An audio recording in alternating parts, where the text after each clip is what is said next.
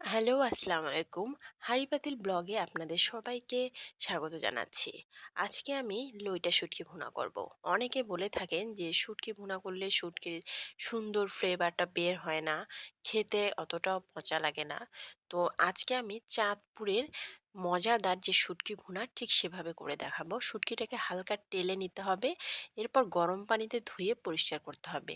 টেলে নিলে শুটকির যে ফ্লেভারটা সেটা বের হয়ে আসবে। তো এবার আরেকটি কড়াইয়ে আমি দিয়ে দিচ্ছি সেই পরিষ্কার করে ধুয়ে রাখা শুটকিগুলো। এখানে দিয়ে দিচ্ছি আমি একে একে হলুদ গুঁড়ো, মরিচ গুঁড়ো দিয়ে দিব পরিমাণ মতো লবণ, পেঁয়াজ কুচি, দিয়ে দিব কিছু রসুন কুচি।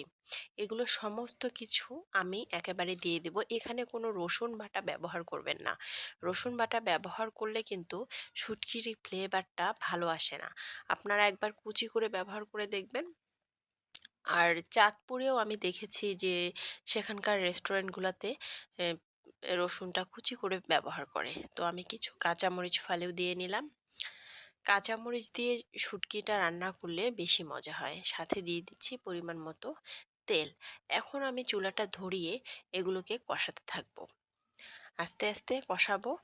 চুলাটাও গরম হয়ে আসছে। তো যে কষাতে কষাতে কিন্তু শুটকির ফ্লেভারটা আরো সুন্দরভাবে বের হয়ে আসবে। আমি যখন চাঁদপুরে গিয়েছিলাম ইলিশ খেতে, তো সেখানে দেখেছি এইভাবে সিম্পলভাবে তারা রান্না করেন এবং সেই শুটকি ভুনাটা খেতে জাস্ট অসাধারণ লেগেছিল আমার কাছে। তো আপনারা একবার এভাবে বাসায় ট্রাই করে দেখতে পারেন। আশা করি আপনাদের হতাশ করবে না। তো এই যে দেখুন মাখো মাখো হয়ে গিয়েছে, এ পর্যায়ে আমি সামান্য পানি দিয়ে নিচ্ছি। পানি দিয়ে ঢাকনা দিয়ে ঢেকে এটাকে রান্না করব যতক্ষণ না এর পানিটা শুকিয়ে আসছে। আর কিছুক্ষণ পর পর এটাকে ঢাকনা উল্টে এই যে দেখুন পানিটা শুকিয়ে এসছে কষাতে হবে। অর্থাৎ কষানোটা যত সুন্দর হবে এই শুটকির ফ্লেভারটাও কিন্তু সুন্দরভাবে বের হয়ে আসবে। আমি কিন্তু এরই মধ্যে ২ বার অলরেডি কষিয়ে নিয়েছি।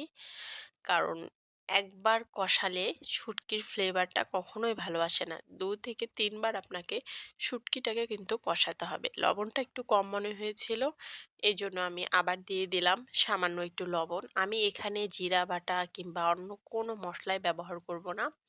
এখানে নামানোর আগে আমি একটু পেঁয়াজ কুচি এবং আরও একটু রসুন কুচি আমি দেখেছি যে চাঁদপুরে তারা নামানোর আগে আবার কিছু রসুন কুচি দেয়। এগুলো কিন্তু একদম ম্যাশ হয়ে যায় না, একটু দানা দানায় থেকে যায় এভাবে।